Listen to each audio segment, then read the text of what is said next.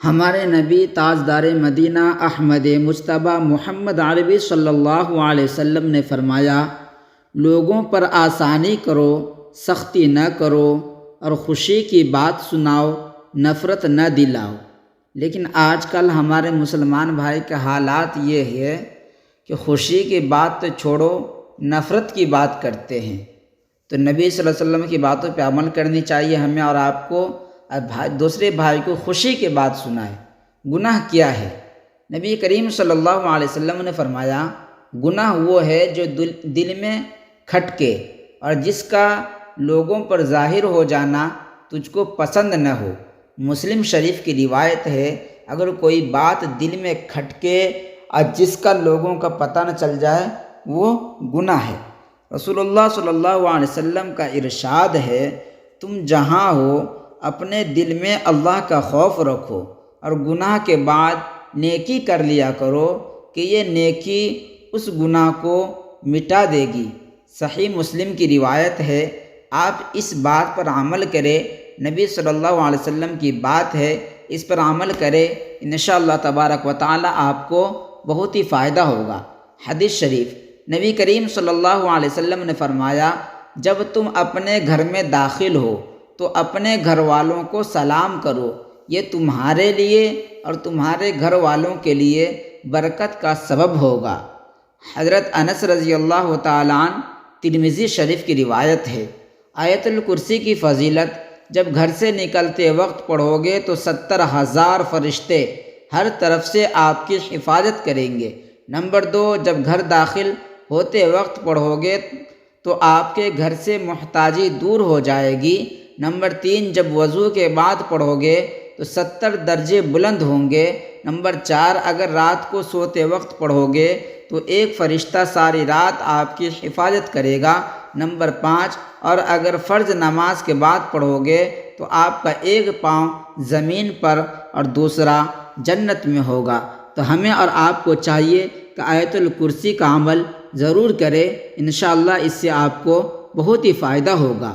اللہ کے واسطے محبت کرنا، رسول اللہ صلی اللہ علیہ وسلم نے فرمایا، اللہ تعالیٰ فرماتا ہے، جو لوگ میری عظمت و جلال کی وجہ سے آپس میں محبت رکھتے ہیں، قیامت کے دن ان کے لیے ایسے نور کے ممبر ہوں گے جن پر انبیاء اور شہداء بھی رشک کریں گے۔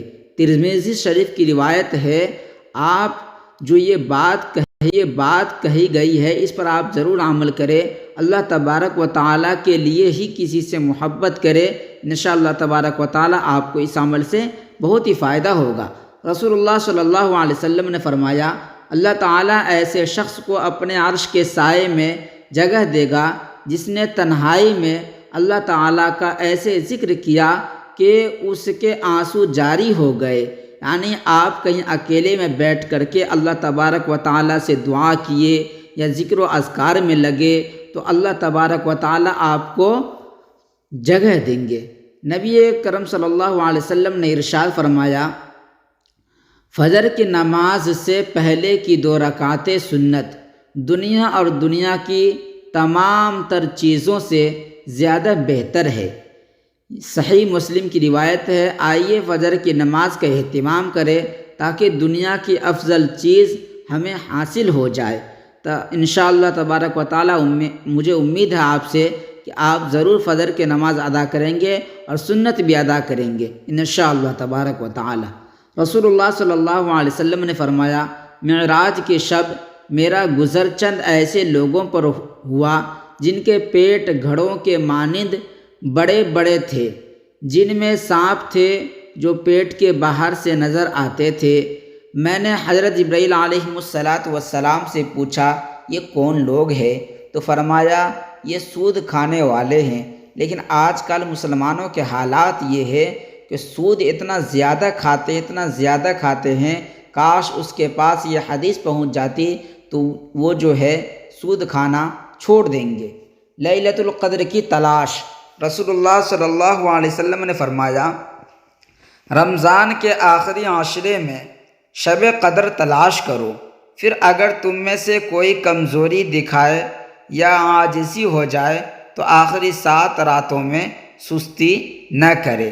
یعنی آپ آخری عشرے میں روزانہ لیلۃ القدر کی تلاش کریں، انشاءاللہ تبارک و تعالی اس میں ایک نہ ایک دن آپ ضرور لیلۃ القدر کی رات سے گزر جائیں گے۔ رسول اللہ صلی اللہ علیہ وسلم نے فرمایا کہ جب رمضان کا مہینہ آتا ہے تو آسمان کے دروازے کھول دیے جاتے ہیں اور شیطان زنجیروں میں جکڑ دیے جاتے ہیں۔ تو ہمیں اور آپ کو چاہیے کہ رمضان المبارک کے مہینے میں جو ابھی فی الحال رمضان چل رہا ہے اس میں زیادہ سے زیادہ عبادت کرے، قرآن کی تلاوت کرے، نماز ادا کرے، انشاءاللہ تبارک